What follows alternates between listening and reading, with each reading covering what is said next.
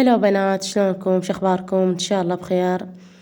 وانتم تشاهدون هذا الفيديو. يلا قبل كل شي اللايك والمشاهدة الكاملة ومتابعتكم لي خاطر استمر وياكم، وان شاء الله هذا الفيديو راح ينال اعجابكم. قبل كل شي صلوا على محمد وآل محمد، اللهم صل على محمد وآل محمد.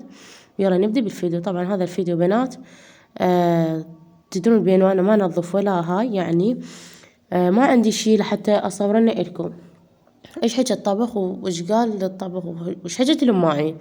فهواي هسه متابعاتي بالانستا وباليوتيوب قال كيري حتى لو فيديو قصير نزليه لنا، لان صارت هواي ما نزلت لنا فيديو. فقلت حننزل هذا الفيديو خاطر شنو تستمتعون تقولون كيري ما نستنا. تمام. هواي يصيرون تقولوا لي كيري ليش نازعه الاسود.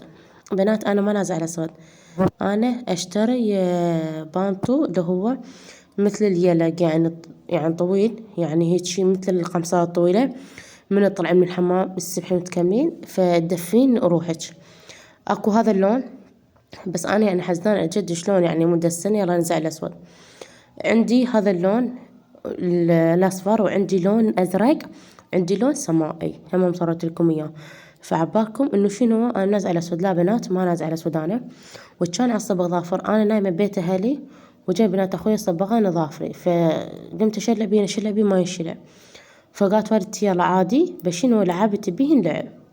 بعد تعرفون اذا واحد نايم وتعبان وما يدري بروحه من صبغات صبغ ظافر. هنا بديت وياكم بنات صفت المسواق وياكم.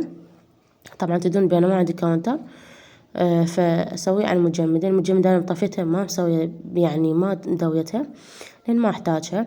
واترحب بالجدد وكل الهلا بيكم، نورتوا القناة بوجودكم. وشي اكيد هم ترحب بالقديمين، هم يقولون ترحبت بالجدد وما ترحبت بالقديمين. كل الهلا، واحب اشكركم على تفاعلكم، احب اشكركم على تعليقاتكم الحلوة اللي ما تنشبع منها، كلامكم، حكيكم، لطفكم الي، ربي يخليكم ويحفظكم. بس شنو هو بنات ضاجة من شي واحد انه اريد يعني شوية تصعد القناة، يعني خاطر ما تصعد القناة الك واهس يعني تنزلين يوميا فيديو. فاذا كل يومين اللايك مالك واصل 65 او 70 فمالك خلق تنزلين. بس نقول الحمد لله والشكر، لان شنو هو ما انقطع عنكم. تمام. طبعا هسه الاذان جاي يأذن، هذا اروح اصلي خاطر هذا الفيديو هسه راح ينزل لكم. وهنا صفيت المسواق وياكم. شي اكيد انا احب البرتقال والموز. الموز طبعا قضيته انا نهد ما حبيت قضيته ورجعت للنساوة. البصل قطعته.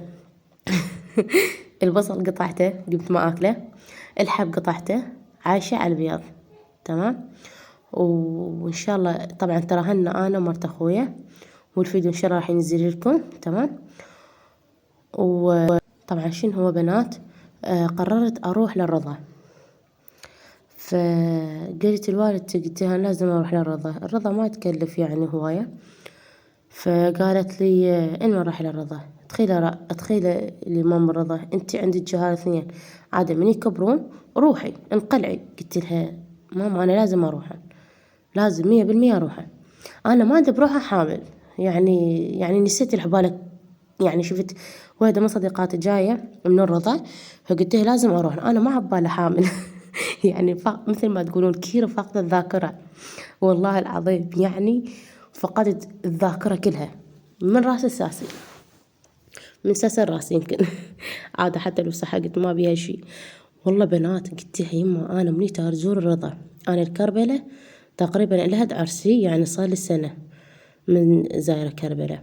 يعني شنو بنات حبلت وجبت، وبعدين هسه بنت صغيرة، ومن انا هسه حاليا حامل. تدرون يعني حتى للزيارة ما رحت زيارة جدي، هسه ان شاء الله بعد اسبوع راح يروحون لان حامل، وكلها اهاليتي راح تروح. تدرون لو مو حامل اشوفكم اشياء تخبل غادي بالنجف. لا شنو هو بنات ذاك رمضان العام، برمضان انا حامل بشهودة، وهذا رمضان الحمد لله والشكر هم حامل. اقول رمضان الثالث ان شاء الله هم حامل. لا يابا، لا يابا انتحر كفيلكم العباس. والله انتحر ما اتحمل. فهنا مثل ما شفتوا بلشيت وياكم بالغدا. حبيت العفو يا غدا العشاء. هنا طبعا غسل المواعين انا ومنشفتهن مثل ما تشوفون. لأن أنا عندي سلة بالقاع مخلية بيها بس الماعين، لأن قلت لكم وهواي يسألوني، قلت له كيري ليش معك كاونتر؟ بنات ما مشتري كاونتر.